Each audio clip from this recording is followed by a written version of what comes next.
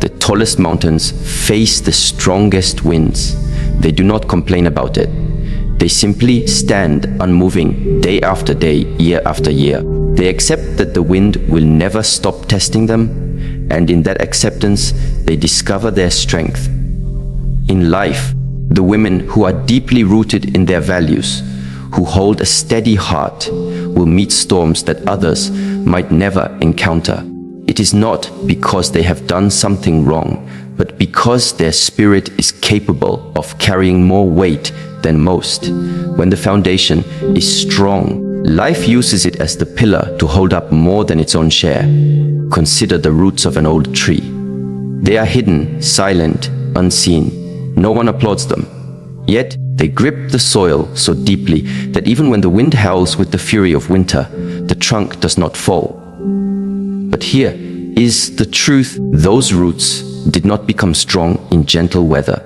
They grew deep because they had to survive drought, survive floods, survive years where the ground felt unkind.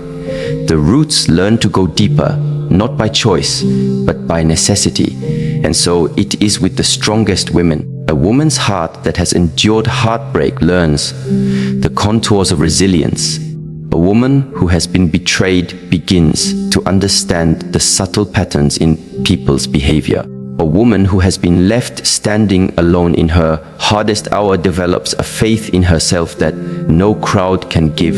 These are not blessings that arrive wrapped in gold. They are carved into her by the chisel of life's trials. Many think strength is built in moments of triumph, but more often it is formed in moments of silence when no one is watching. The days when tears fall quietly into a pillow, the evenings when she must keep a calm face so her children do not see her pain. The mornings when she rises early to carry burdens that would break another. She learns that strength is not the absence of pain, but the ability to keep moving with it, to carry it as part of her shape without letting it harden her heart completely. In relationships, this strength takes on a unique role. A woman who has faced great storms will not be easily fooled by empty promises. She listens not only to the words spoken, but also to the silence between them. She notices the way someone's actions align or fail to align with their declarations. She understands that love is not measured in dramatic gestures alone, but in consistency, reliability, and the quiet acts of respect that require no audience. This understanding can make her harder to win, but it also means that when she chooses to open her heart, it is not out of weakness or desperation, but from a place of clarity. Imagine a woman walking through a market. Around her, voices call out, promising her the best fruits, the freshest bread, the rarest spices. She doesn't rush, she examines, she smells, she looks closely. She has learned from experience that not everything that shines in the light will taste sweet. This is how she moves in relationships. Slow to give away her trust, patient enough to observe, wise enough to know that time will reveal what words try to hide. However, this strength also invites a different kind of challenge. People who are not grounded in themselves may see her as intimidating. Some may try to test her patience, as if to prove that her strength can be broken. Others may withdraw, unable to stand in the presence of someone who has no need to cling. This can lead to seasons of solitude, where her path feels lonelier than she expected. But even in this, there is a gift. The solitude becomes a mirror where she learns who she is without the noise of others' expectations. In Eastern philosophy, there is an understanding that the mountain does not chase the wind. It simply stands letting the wind flow around it. A woman of deep inner strength does not chase approval. She does not bend herself out of shape to be loved. She understands that true connection cannot be forced. It must arise naturally, like the way clouds gather around a peak. This is why the strongest women often face the hardest battles. they have been chosen to carry a role that demands both endurance and presence. One story comes to mind from the training grounds. In the early mornings, before the sun had fully risen, we would be made to hold horse stance for what felt like endless minutes. The thighs burned, the breath grew shallow, the mind screamed for relief. Some would collapse quickly, shaking their heads in defeat. But the ones who lasted longest were not the ones with the biggest muscles. They were the ones who stopped arguing with the discomfort. They stopped asking, "When will this end?" and simply allowed themselves to be there. In the same way, when a woman stops fighting against the reality of her challenges and accepts that she is here to endure them, her energy changes. She is no longer wasting strength on resistance. She is grounding it into survival, into growth. In love, this manifests as patience, but not the kind that tolerates disrespect. Rather, it is the patience to allow the right bond to form at the right time. She does not cling to someone simply because she fears being alone. She knows her worth is not measured by who stands beside her, but by how deeply she stands within herself. She waits, not passively, but with a readiness to act when the moment is right. Ask yourself, when life has tested you, did you grow roots or did you grow thorns? Did you let your challenges anchor you deeper, or did you allow them to make you brittle? The strongest women face the hardest battles because their presence is meant to be shelter for others one day. But if she becomes all thorns, she loses the ability to offer that shelter. So she must learn to be strong without being cold, firm without being cruel. This balance is not easy. It means feeling pain without letting it consume you. It means keeping your heart open while also keeping your eyes clear. It means knowing when to stand your ground and when to step aside. Just as the mountain does not lower itself for the wind, but also does not try to stop it, a strong woman learns to coexist with forces she cannot control. And in this coexistence, there is a quiet power. She learns to choose her battles. Not every insult requires a response. Not every provocation is worth her energy. She saves her strength for what truly matters, for protecting her values, her loved ones, and her peace. In relationships, this restraint is a rare treasure. It creates a space where love can grow without the constant friction of unnecessary conflict. Yet the paradox remains: the more centered she becomes, the more life seems to test her center.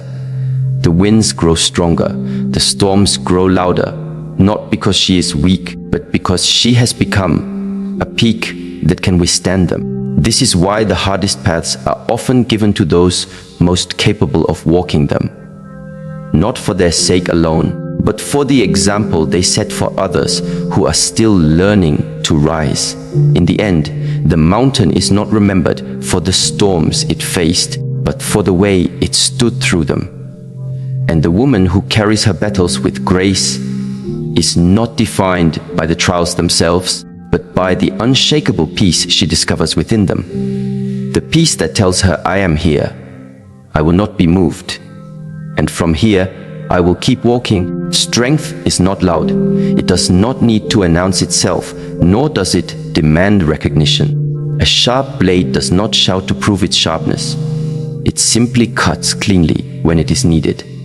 In the same way, emotional strength is not found in grand gestures or dramatic confrontations, but in the quiet, deliberate discipline of the heart. A strong woman learns that the most powerful response is often the one she never gives voice to, and the deepest influence she has on a relationship often comes from the stability she maintains in the moments others would lose control. In the world we live in, where everything is instant and reactions are immediate, it is easy to believe that to be heard, one must speak quickly and forcefully.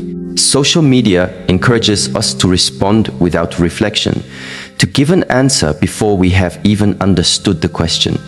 Yet, there is a different kind of power in taking a breath before you speak, in observing your emotions without becoming them, in choosing your words only after your heart and mind have aligned. The quiet blade cuts the deepest because it does not waste its edge on noise. It acts only when it matters. Consider a woman in a relationship where misunderstandings arise, as they inevitably do. Her partner says something careless, perhaps out of frustration, perhaps without thinking. The common reaction would be to snap back, to meet the sting with another sting, to let the heat of the moment dictate the next step. But this woman pauses. She allows the silence to stretch between them. She lets the initial wave of hurt pass before she decides whether a response is truly needed. In that pause, she regains her balance. She does not allow the words to pull her into a place where she loses herself. This is not weakness. This is mastery. In training, there is a lesson about the drawn sword. A sword that is drawn too quickly, without purpose, dulls over time. But the sword kept sheathed until the right moment keeps its sharpness for when it is truly required. Emotional discipline works the same way. If you respond to every provocation, you deplete your inner energy. If you fight every small battle, you lose the focus and strength needed for the battles that truly matter. A relationship, at its healthiest, is not a contest of who can speak the loudest or win the most arguments. It is a space where both people can feel safe, respected, and understood. But that safety is fragile if both are quick to let emotions run wild. When one person can hold their center, they anchor the connection. This is why emotional discipline is not just a personal skill. It is a gift to the relationship. There is a saying, do not let the behavior of others destroy your inner peace. It is tempting to believe that if someone hurts us, we have the right to lash out in equal measure. But the truth is, when we react impulsively, we hand them control over our state of mind. A strong woman knows that no one should have that power. She protects her emotional space as she would protect her home. She decides who and what is allowed inside. Imagine a glass of still water. If someone drops a stone into it, the ripples spread instantly. But if the water is in constant motion, already agitated, the stone's impact is lost in the chaos. A disciplined heart is like the still water. It notices every disturbance, but it does not let the ripples take over. It processes them calmly, allowing the surface to return to stillness. This is why those who master emotional discipline are often described as unshakable. They are not unfeeling. They simply choose when and how to engage. A story comes to mind from years ago. A woman I knew had been in a long relationship with a man who had a temper. He would raise his voice when things didn't go his way, slamming doors and making sharp remarks. At first, she matched his energy, meeting fire with fire. The arguments were endless, and both left feeling drained. Over time, she made a change. She stopped raising her voice. She stopped reacting to the heat. Instead, when he became loud, she became calm. She answered only the essential points, never adding fuel to the flames. It took months, but eventually, his outbursts lost their power. There was no reaction to feed them. Without her resistance, the storms passed more quickly, and the space for honest conversation grew. This was not submission. It was leadership of the heart. But emotional discipline is not about silence in every situation. Sometimes silence can be avoidance. The discipline lies in knowing when to speak and how to speak so that your words are not just noise, but instruments of clarity. This requires deep self-awareness. You must be able to ask yourself, in the heat of the moment, am I speaking to express my truth, or am I speaking to wound? Will my words bring us closer to understanding, or will they deepen the divide? Only when the answer is clear should the blade be drawn. This level of control can feel unnatural at first. We are, after all, emotional beings. But with practice, it becomes second nature. One simple exercise is to count your breaths before responding. Just 3 slow